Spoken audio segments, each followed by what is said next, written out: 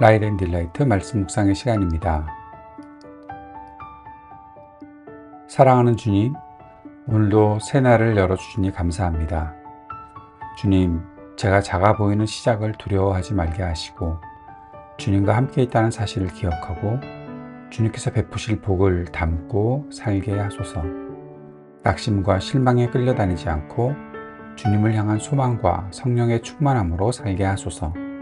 예수님 이름으로 기도드립니다. 아멘.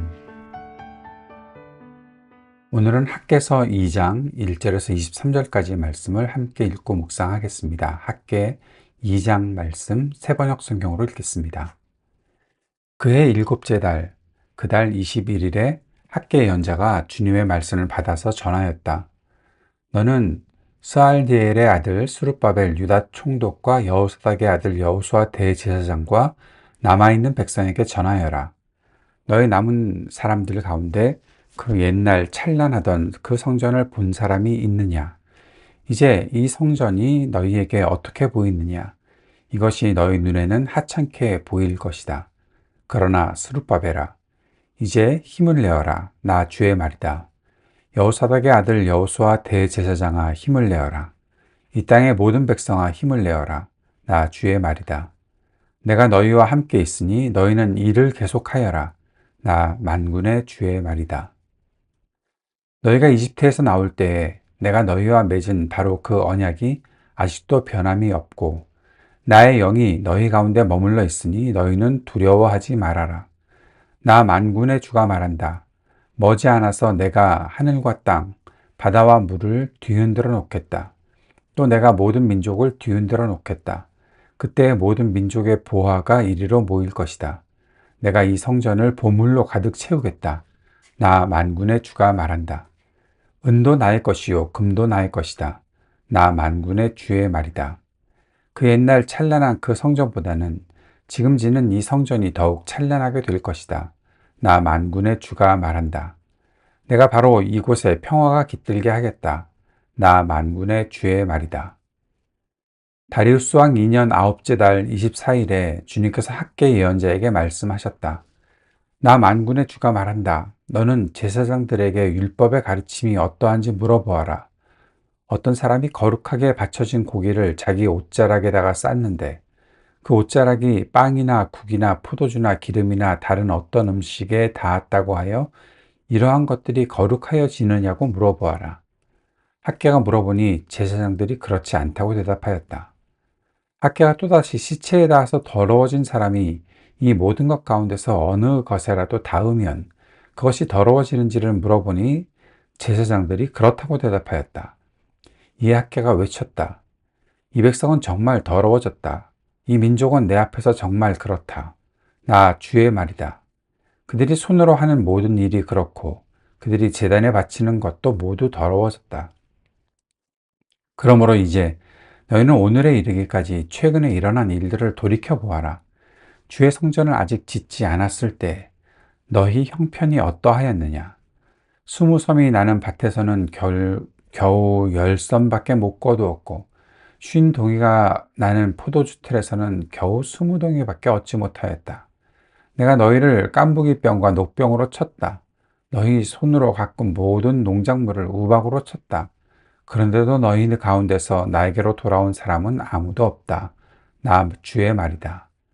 너희는 부디 오늘 9째 달 24일로부터 주의 성전 기초를 놓던 날까지 지나온 날들을 마음속으로 곰곰이 돌이켜보아라. 곳간의 씨앗이 아직도 남아있느냐? 이제까지는 포도나무나 무화과나무나 석류나무나 올리브나무의 열매가 맺지 않았으나 오늘부터는 내가 너희에게 복을 내리겠다. 그달 24일에 주님께서 다시 학개에게 말씀하셨다. 너는 스룹바벨 유다 총독에게 이렇게 전하여라. 내가 하늘과 땅을 뒤흔들겠다. 왕국들의 왕좌를 뒤집어 엎겠다.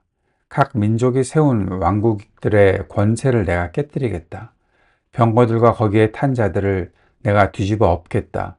말들과 말을 탄 자들은 저희끼리 칼부림하다가 쓰러질 것이다. 나 만군의 주의 말이다.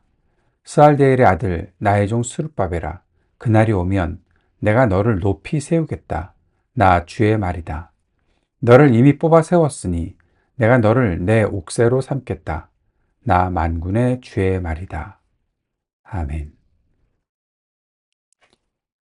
학개서 2장 말씀을 함께 읽었습니다.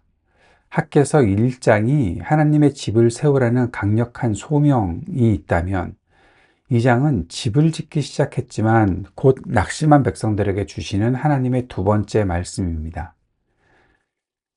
이스라엘 백성은 바벨론 포로에서 돌아와 성전을 다시 짓기 시작했지만 눈앞에 펼쳐진 현실은 기대와 너무 달랐습니다. 솔로몬 성전에 비하면 너무 초라했고 자원도 부족했고 그들의 민족은 아직도 작은 집단이었고 주변 민족의 반대와 내부의 피로가 겹쳐 있었습니다. 그래서 주저앉아 버렸던 거죠. 그런 때에 바로 그 순간 하나님은 학개를 통해서 낙심한 이 백성들, 일꾼들에게 세 번의 메시지를 주십니다. 오늘 우리에게도 동일하지 않을까요? 하나님을 위해서 무언가를 시작했지만 현실은 너무 작고 빈약해 보이고 열매는 금방 보이지 않을 때 우리도 쉽게 낙심하게 되지요. 세 번의 말씀 중에 첫 번째 말씀은 2장 1절부터 9절까지 나오는 말씀인데 마음이 약해지지 말라 내가 너희와 함께 있다 라는 말씀입니다. 너희 중에 이 성전의 처음 영광을 본 자가 누구냐? 지금 너희가 보는 것이 그때에 비하면 아무것도 아님이 아니냐 라고 말씀하십니다. 하나님은 백성의 실망을 부정하지는 않으셨습니다. 뭐 이렇게 아니야, 괜찮아, 충분히 멋있어 이런 식으로 위로하지 않으십니다. 오히려 현실을 솔직하게 인정하십니다. 그 다음에 하시는 말씀은 수르바벨아 강하라, 여호수아야 강하라, 백성들이야 강할지어다, 내가 너희와 함께한다 라는 말씀입니다. 지금 너희가 실망하는 거 맞아. 그러한 것이 너희의 현실이야. 그러나 강해라. 내가 너희와 함께한다 라는 말씀입니다. 무엇 때문에 우리가 용기를 다시 일으켜낼 수 있을까요? 결과 때문이 아니라 하나님의 임재 때문입니다. 하나님의 집은 멋진 건축물이어서 영광이 아니라 하나님이 그 안에 계시기 때문에 영광입니다. 그래서 하나님은 비전을 다시 주십니다. 이 성전의 나중 영광이 이전보다 클 것이다. 솔로몬의 성전보다 더 화려한 성전이란 뜻이 아닙니다.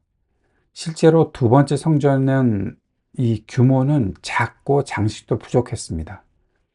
그런데 예수님이 바로 그 성전에 오셨던 거죠. 영광은 건물이 아니라 하나님의 임재였기 때문입니다. 우리의 작아 보이는 공동체, 작은 시작들을 생각해 보십시오. 교회가 작아 보이고 사역이 미약해 보이고 내 헌신이 별것 아닌 것 같을 때 우리는 쉽게 낙심하지요. 그러나 하나님은 오늘도 말씀하십니다. 작아 보여도 괜찮아. 나와 함께 시작한 일이기 때문에 괜찮아.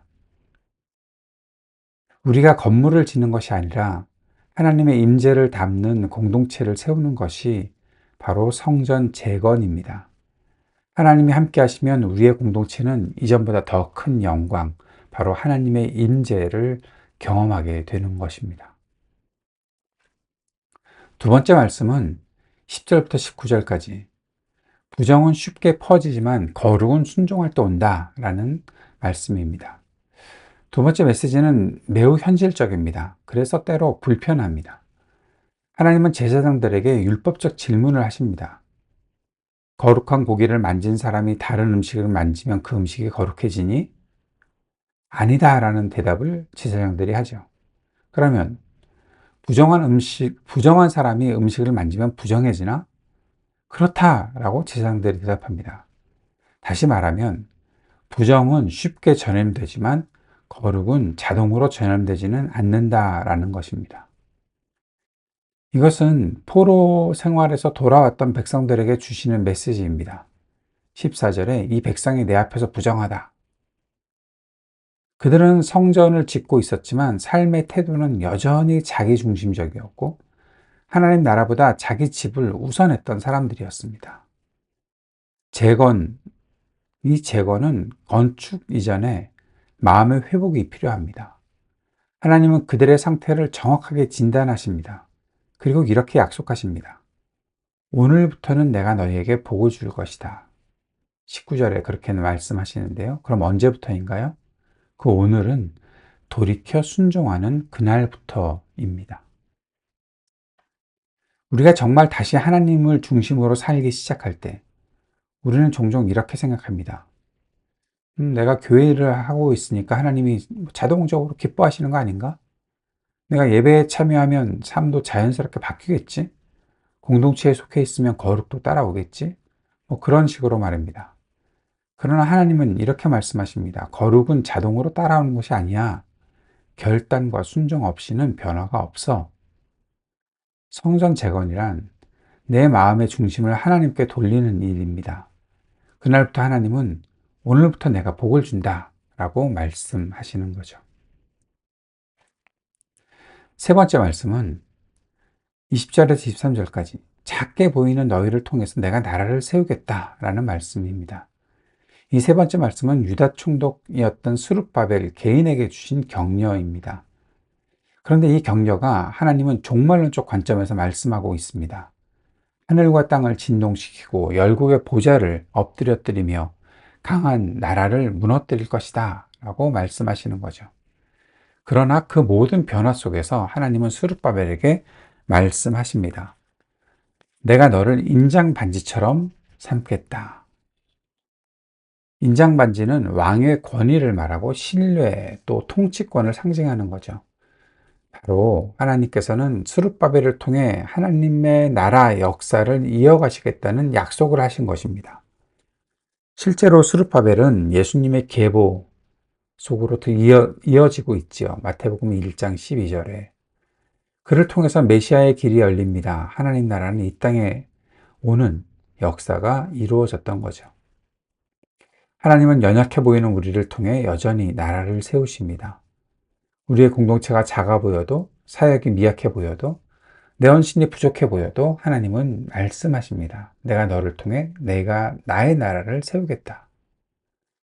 하나님이 찾으시는 것은 능력이 많고 큰 사람이 아닙니다.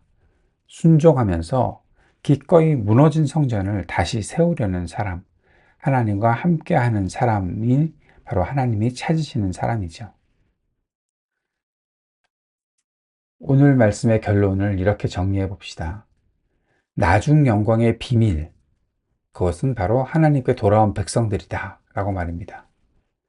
낙심한 마음을 붙드시는 하나님, 바로 내가 너희와 함께 한다는 말씀을 통해서 삶의 중심을 되돌리라는 하나님, 거룩은 순종에서 온다라는 말씀을 통해서 작은 순종을 통해 하나님의 나라를 세우시는 하나님, 오늘 그 하나님을 우리가 보게 됩니다. 스룹바벨처럼 우리가 맡은 자리에서 순종하면 하나님은 그 순종을 통해 세상을 흔드는 역사를 이루십니다. 우리가 바로 그 약속을 받은 사람임을 기억하는 오늘 하루가 될 수 있기를 바랍니다. 주님께서 가르쳐 주신 기도 함께 드리겠습니다. 하늘에 계신 우리 아버지, 아버지의 이름을 거룩하게 하시며 아버지의 나라가 오게 하시며 아버지의 뜻이 하늘에서와 같이 땅에서도 이루어지게 하소서. 오늘 우리에게 일용할 양식을 주시고 우리가 우리에게 잘못한 사람을 용서하여 준 것 같이 우리 죄를 용서하여 주시고 우리를 시험에 빠지지 않게 하시고 악에서 구하소서. 나라와 권능과 영광이 영원히 아버지의 것입니다. 아멘.